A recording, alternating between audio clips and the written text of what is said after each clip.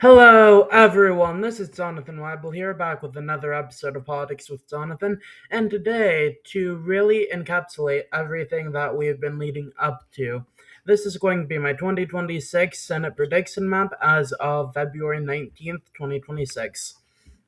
So, without further ado, let's get started. So, of course, we're going to start off by labeling the safe Democratic states, and those states will be Oregon, Colorado. Yeah, New Mexico should be safe in this election.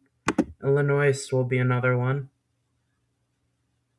Of course, none of these states. Oh, no, Hawaii doesn't have one. Um, yeah, New Jersey, Delaware, Rhode Island, Massachusetts.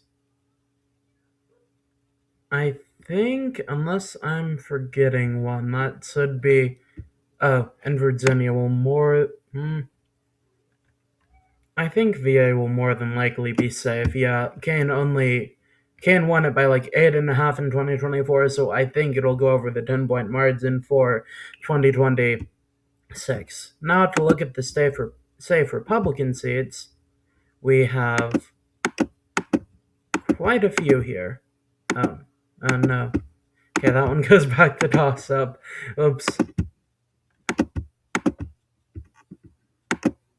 So we have all of these states right here, tons of safe Republican. I will give Florida safe Republican. The Democrats aren't really putting up a very good candidate. Alexander Vindman, I believe is his name. He was a whistleblower from what I've heard, but they're not really investing very hard into him. They're definitely going into a lot of other races, so I think Moody will probably win with at least a 10-point margin.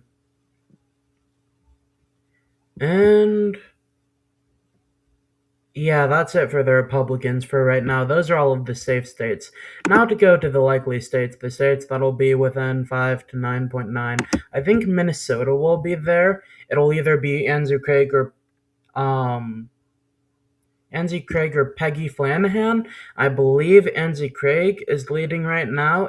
I believe she is. But either way, probably whoever loses that primary will just get appointed when Klobuchar resigns to be governor. I believe the Republican nominee for 2024 is running again, Royce Wright. Royce Wright.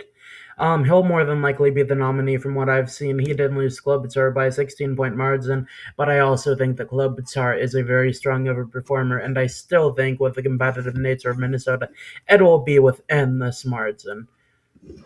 I think. Let's see. No, yeah, I think that's the only one that goes in likely. So now for likely Republican, I will give that rating to Nebraska. I think Dan Osborne is a pretty strong candidate, but typically when we've seen these one-off candidates do pretty well and they try to come back again and to get a redo, they typically end up doing worse. And compared to Doug Visser, Pete Ricketts is definitely a much stronger candidate, electorally speaking. He also has a lot more money, specifically from the businesses he's owned in the past. He was also a very popular former governor, so I do not necessarily see people turning against him now. So I think the margin still will be decently close for an independent versus a Republican in a Republican state, but I do not think that Pete Ricketts will lose. I think another state that we can put into that column will be the state of Iowa. Ashley Henson is running against the Democrat in that state. I believe one just dropped out. I'm trying to remember the specific name of the other. Who's the Democrat that's running? More than likely, from what I've heard, it'll be Zach Walsh, who's the former minority leader. To be honest, let's see. Zach Walsh. Yeah, he seems like a decently strong candidate, but I would still say, especially with Iowa's electoral lean as of recently, Ashley Henson will still win with a pretty solid margin, I would say. I would say Democrats aren't investing as heavily as they are compared to some of the other races. And I think. Oh, yeah. Texas. This one's going to surprise a lot of people. But I do not think Texas. Well, I think as of right now, between James Tallarico and Osmond Crockett will be the nominee because Tallarico got in some pretty hot water with what he said as of recently because it was twisted to make it sound like he said that Colin Allred was a mediocre black man. In reality, what he was trying to say was that he was a mediocre campaigner. But in the Democratic primary, when you comment anything on race, you are basically done for. And Tallarico is basically done for. And even against Ken Paxton, I still think he'll win with a likely margin because Osmond Crockett is just an abysmal candidate, and Texas voted for Trump by 14 points. And even though Paxton definitely is a bad candidate, he still will definitely have that much more partisan lean, be able to help him out, and a lot of even Hispanic voters will not necessarily want to jump to Crockett. I would say they more than likely want to stay with Paxton due to the issue of the border.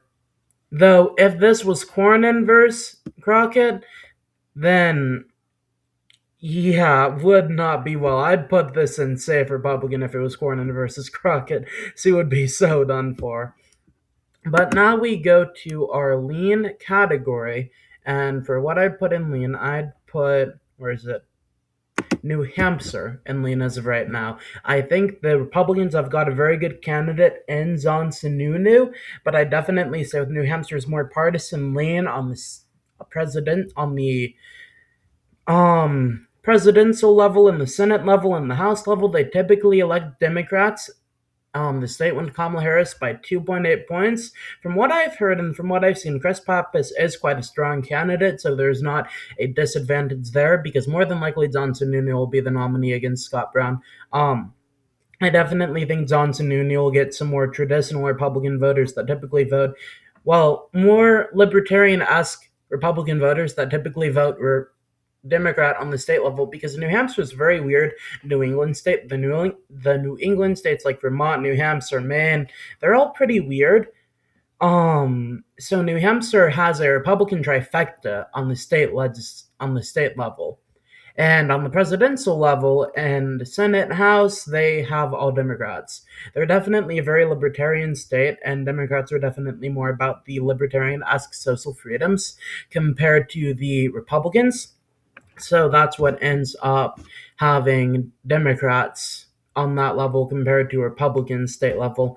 So I definitely think at the end of the day, specifically with 2026 being a more Democratic favored year, Chris Pappas will probably win by this margin, a much closer margin than 2022, where it was uh, embarrassment for not Don Brown. I forget his name now. I remember he was running against the lieutenant governor of New Hampshire, President Pro Tem Brewer. They don't actually have a lieutenant governor, but he basically functions as the lieutenant governor, going on a bit of a ramble. I believe his name was Chuck Hagel, who was the lieutenant governor. He lost by like a 2 point margin, and yeah, I believe he would have done a lot better, would have stopped some of the bleeding. So the next, I believe that's all for the lean Democratic states. Now for the lean Republican state, I will put the state of Alaska. A lot of people, I've been hearing this opinion that they think Alaska's totally. Now I simply don't believe that's the case. Alaska went to Trump by a 13-point margin in 2024, and you have to remember Dan Sullivan, even in a very Republican or friendly year in 2014, defeated Mark Bates, who defeated Ted Stevens, who had been a senator for over 40 years. Even with the scandal, Ted Stevens more than likely should have won that race, even in the wave that 2008 was, because he was a 42-year incumbent. And Mark Bates defeated him, and then Dan Sullivan defeated Mark Bates.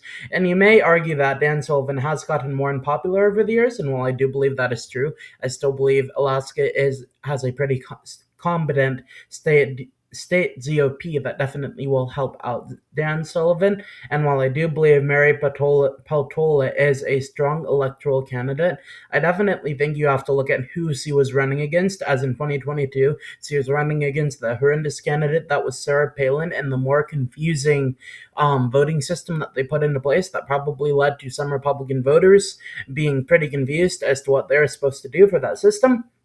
But as you saw in 2024, when they put up an actual competent candidate and Nick Bates III, Mary Peltola lost by about 3 points. So as you see there, it really comes to the candidate quality there, and Sarah Palin was just an exceptionally bad candidate, and I do not think Dan Sullivan is there. And I would also say this is even a more nationalized environment, specifically with this being a Senate race compared to a House race. I think Mary Badola's Blue Dog status definitely will help her somewhat, but I don't think it'll be able to get her over the hump. I think she makes it closer, but I don't think she ends up pulling it off. And same thing with Ohio.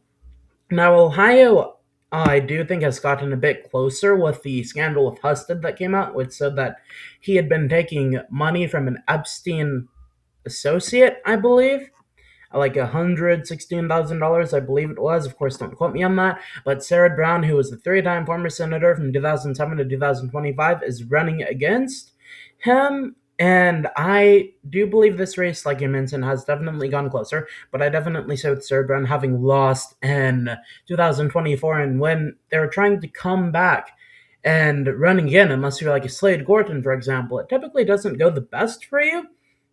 So I would say it's probably at this level as of right now, but I could see it getting closer if more scandals come out against Husted. But I'd say Husted is still a pretty strong electoral candidate, and he's held almost every position you can in Ohio, and is a very competent senator. Although I'd say the scandal will definitely hurt him. Now this one's going to get some black, but I think I'd put Maine and Tulane Republican. Let me explain quickly. Graham Plattner versus Janet Millis. I believe is right now Graham Plattner's going to win. He has a huge amount of scandals, calling himself a communist and saying that white people don't tip and are racist, and he said all sorts of horrible things. And even though he claims that he was a different person back at that time, Susan Collins has so much mud to fling that it's almost insane. I definitely say against Millis, this race would be even closer. It may be a tilt Republican with Millis in there, but I'd say with Plattner, he's far more of a radical candidate, and Maine typically likes to elect moderate candidates, not these democratic socialists. And I would say with Graham Plattner being endorsed by all these democratic socialists, he definitely aligns more with that wing of the party. I'm not calling him one, but he aligns more with it. I definitely think at the end of this race, Graham Plattner will win the primary. Susan Collins will do her thing like she's done. I think this will be her second closest race he's had. I think this race will not be as close as the race he had in 1996 with Susan Collins and former governor and former House member in Maine, Joseph Brennan. Now to go to our, I believe we have it all, tilt Democrat state. I'd say Maine is our tilt Democratic state. I think Roy Cooper is running against Michael Watley. Roy Cooper is their former governor. Michael Watley was the former RNC chair. Michael Watley and Roy Cooper will both raise tons of money. I definitely think Michael Watley will be favored because the Democrats are currently in a lot of debt compared to the Republicans on the national level, and Trump also has a war chest which will be able to funnel money into. But I think it's right now, Michael Watley is running a much more generic campaign, more so traditional Republican, instead of really trying to appeal to the voters of North Carolina, compared to Ray Cooper, who really is trying to appeal to what they specifically need when it comes to healthcare and when it comes to affordability and the things that they really care about. I think Watley is not a bad candidate, but I definitely would say he's a bit unremarkable. He's a fundraising machine, and I think if the partisan lean of North Carolina takes over, I could definitely see Michael Watley potentially pulling it off. But I'd say also with this being a midterm, which will negatively favor the Democrats, I would definitely say at this point that Roy Cooper will end up winning by a tilt D margin.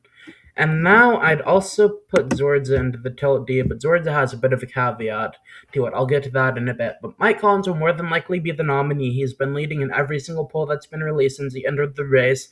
Zon Ossoff has a ton of money. He's raised like $49 million so far. It's pretty insane.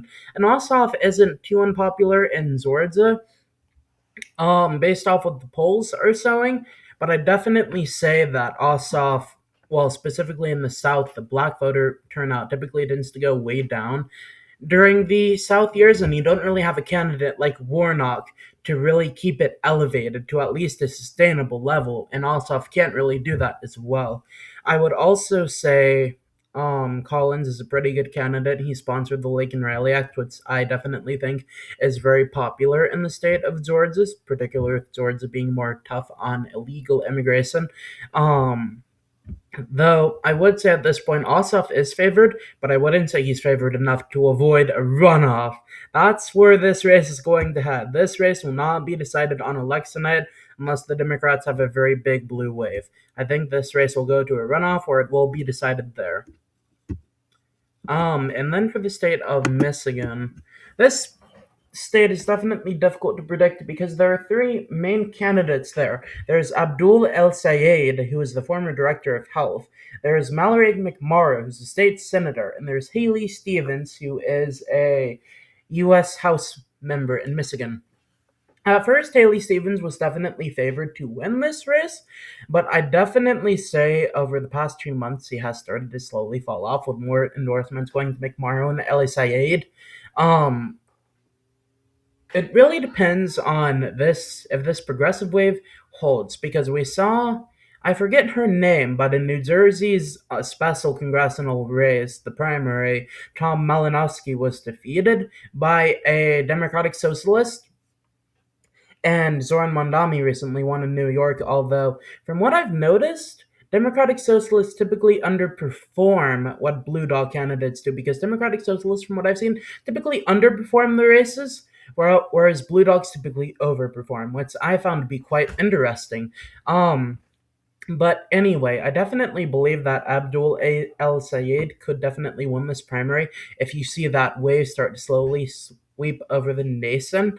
I'm not entirely convinced as of yet. I think either him or McMorrow will more than likely win the primary, and I think to give my individual rating of all of them, I think if Haley Stevens wins, this race will be tote D.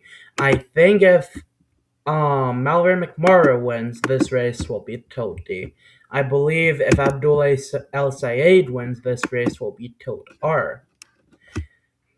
But you also have another caveat you have to think about because you have to think about the down ballot effects the governor's race will have on this race.